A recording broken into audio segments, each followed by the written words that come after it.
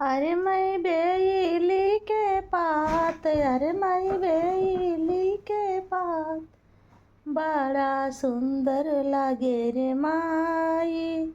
माड़ावा शोभेला गमक आवे रे माई। माड़ावा शोभेला गमक आवेला रे माई।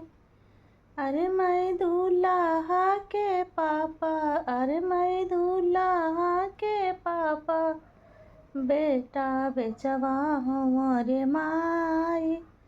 रुपया के लोभ से बेटा बेचलन रे माई। रुपया के लोभ से बेटा बेच रे माई। अरे मैं दुल्हन के पापा, अरे मैं दुल्हन के पापा, सखर जवा हमारे माई। तौली बिछाए नोट फेंक रे माई। तौली बिछाए नोट फेंकेलन रे माई। अरे मैं माड़ावा में हंसेली, अरे माई माड़ावा में हंसेली, अनजान सुवर माई।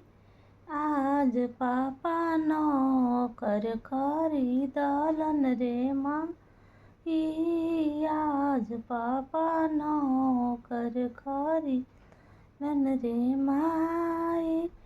नौकर से साड़ी खींचवा इबरे माई। नौकर से बर्तन धुलवा इबरे माई। अरे मैं माड़ावा में रोवेलन, अरे मैं माड़ावा में रोवेलन, कौन दुल्हा रे माई। आज पापा हमके बेची दिहलन रे माई।